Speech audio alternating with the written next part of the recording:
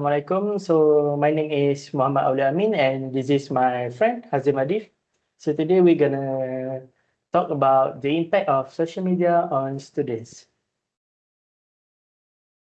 So first, the introduction. Social media has become a playground for the modern generation.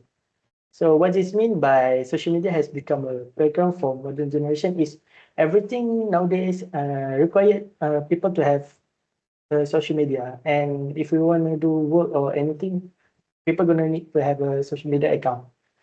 So for daily reality, students spend significant hours on games, videos, and online connection. Next, social and emotional health. Reduce face-to-face time with the family affect emotional well-being. Two sides. Social media bring both meaningful opportunities and serious risks. So social media has become a playground for the modern generation. So for the daily reality, people must know that students spend significant hours on games, videos, and online connection. Uh, I bet every student have their own games that they play when they have a leisure time. They also watch a lot of video and also having a online connection. So for the social and emotional health, sometimes social media giving a bad impact, it could be giving a good impact and anything else such as reduce face-to-face time with the family, affect emotional well-being. So what does this mean by reduce face-to-face time with family and affect emotional well-being? So when you are a student, you're gonna study outside from your state, so you can use social media to connect time with your family. This is what it means by reduce face-to-face time with the family. So for the affect emotional well-being, sometimes social media can boost your mood. It can help your daily mood. It can make sometimes when you sad, it can make you happy. So social media impact social media on student. It also have a two side. Social media being bring broad meaningful opportunities and serious risks. So next. So the main point is first, I'm going to talk about positive effect. So first one is knowledge and learning. Access to educational videos, notes, and tutorials on platforms like YouTube. So nowadays, sometimes people don't need to go to the library anymore. So they can use their smartphone to access educational videos, notes, tutorials, and anything else. Not just that, it also can help student with the online learning progress. Like we know, like nowadays we have like online tuitions, online tutor, and anything else. So the second one is the real world connection. Links theoretical concept to current event, making learns more meaningful. Sometimes people organize online tutor for the big communities, for the large amount of communities, such as we know MC Plus. This is what this means by links theoretical concept to current event, making learning more meaningful. So you don't need to go face-to-face tuition or face-to-face tutor for to have meaningful learning. So the third one is communication, enhance collaboration and communication among students and educators. So in UniKL, we have an online lecture every week. Every week we have an online lectures. So from the social media that we use, we can have enhanced collaboration and communication among students and educators. So people are going to use like Microsoft Teams and anything else to connect with the educators. Like I'm going to ask for example, I'm going to ask my lecturer, what's the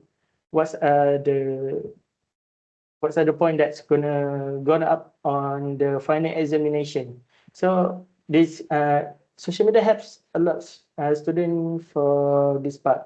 So the last part is networking. Build professional and academic networks that support future careers.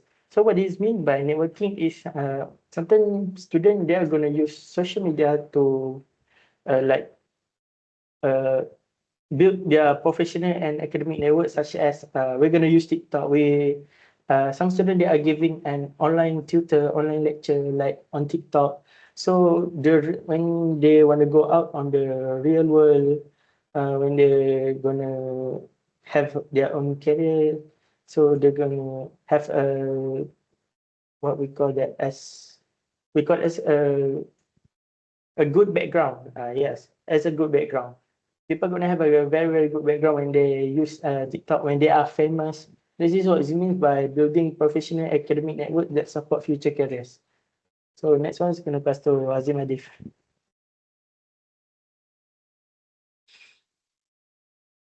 Okay, for the main point, negative side of social media, we have to talk about the other side because for its benefits, social media also carry very real and very serious risks. And as a student, we owe it to ourselves to be honest about them. So the first negative effect is addiction. Um, they are engineered with algorithm notification infinite scrolling to keep you engaged as long as possible. And for many students, what begin as casual browsing quickly become a compulsive behavior. You sit down to study and 30 minutes later you still on your phone. This is a matter of weak willpower. Is by design. So for the second is cyberbullying. This is perhaps the most painful risk of social media for young people.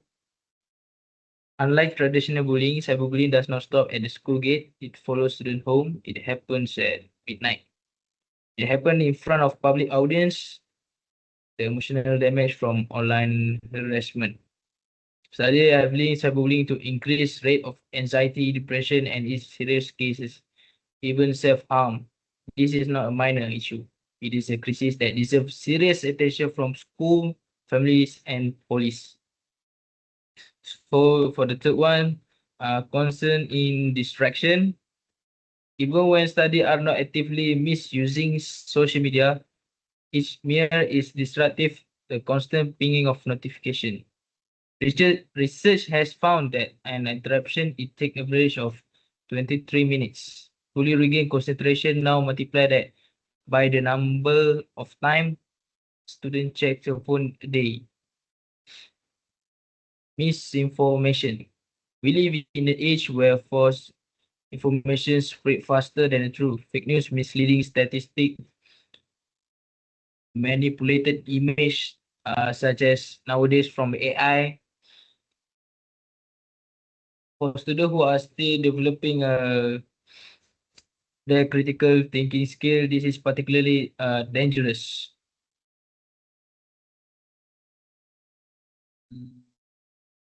Okay, so for now, for logical flow, cause and effect, how does social media used to lead to outcomes? Mm, now that we've seen the both sides, let's take a moment to understand how all of this works.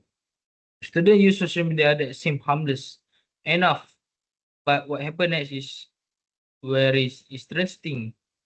So they begin to change their student behavior, how they spend their evenings, how long they sleep, and how much patience they have for slow, difficult tasks. These these are behaviorally shift. They happen gradually and often without the student even noticing.